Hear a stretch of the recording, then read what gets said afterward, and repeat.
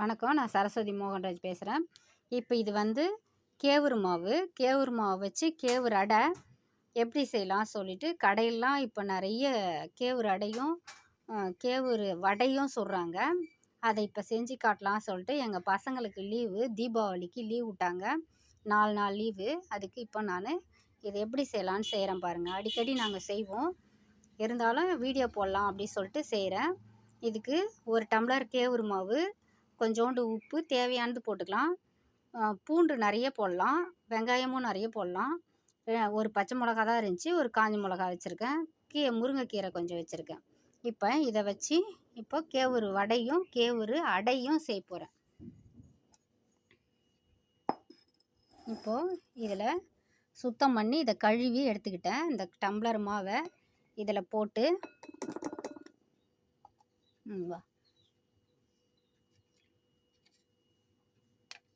இதுக்கு தேவையான உப்பு போட்டுக்கலாம்.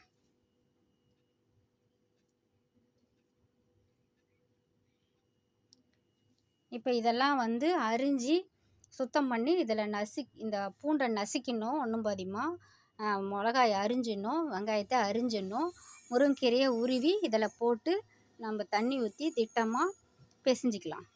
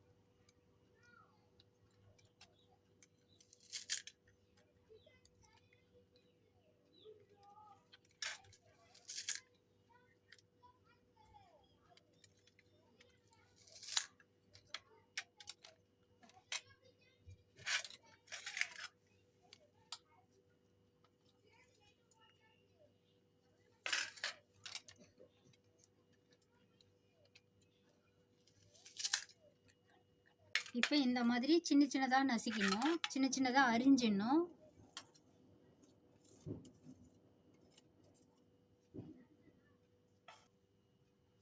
இதில் போட்டாச்சு. இப்போ தண்ணி ஊற்றி கொஞ்சம் கொஞ்சமாக பிசைஞ்சிக்கலாம்.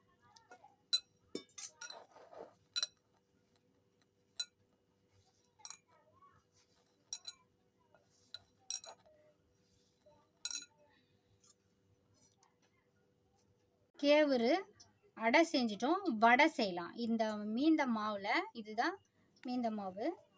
இது வந்து கேவுரு மாவு. இந்த கேவுரு மாவில் நம்ம சத்து மாவும் போட்டுக்கலாம். இதில் வடை எப்படி செய்கிறேன்னு பார்க்கலாம். அடைக்கு வந்து பெருசாக எடுக்கணும், வடைக்கு வந்து சின்னதாக எடுக்கணும். கொஞ்சமாக மாவு எடுத்து ஒரு புடி இருந்தால் போதும். இதை நல்லா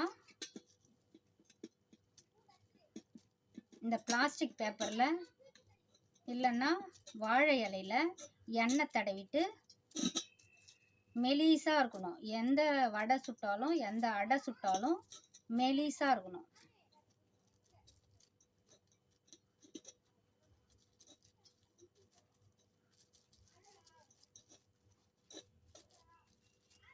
நம்ம வடை எப்படி போடுவோமோ, கடலைப்பருப்பு உளுத்தம்பருப்பு வடை கை அகலத்துக்கு, அந்த அளவுக்கு இது இப்போது எண்ணெயில் போட்டுடலாம்.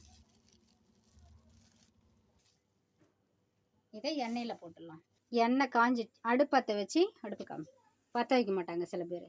அடுப்பு கேஸ் பற்ற வச்சு வானல், நான் இரும்பு வானல் வச்சுருக்கேன். வத்தல் வறக்க வடை சுடலாம். இந்த சின்ன வானலே போதும். இப்போ இது வந்து எண்ணெய் காஞ்சிச்சு, அதில் போட்டுடலாம்.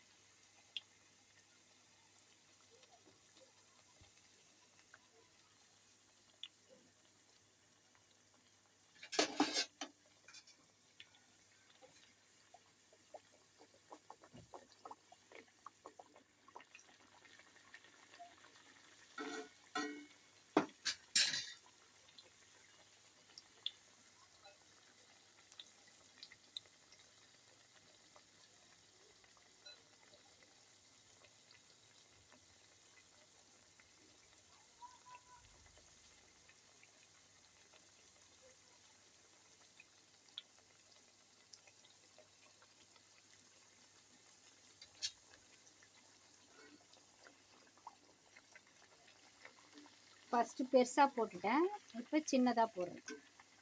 நம்ம வடை எந்த சைஸ் போடுவோமோ அந்த சைஸ் போட்டால் போதும்.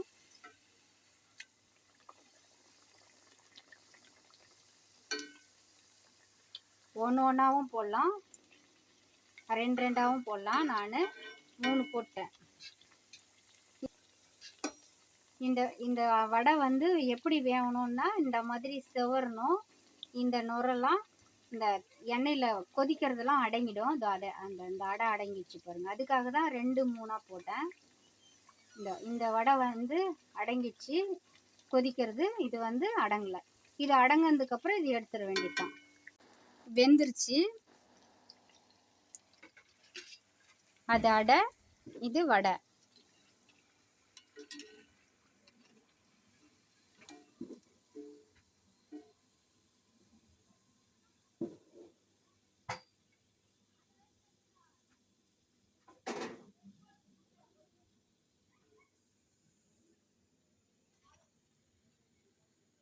இது வந்து வடை, இது வந்து அடை.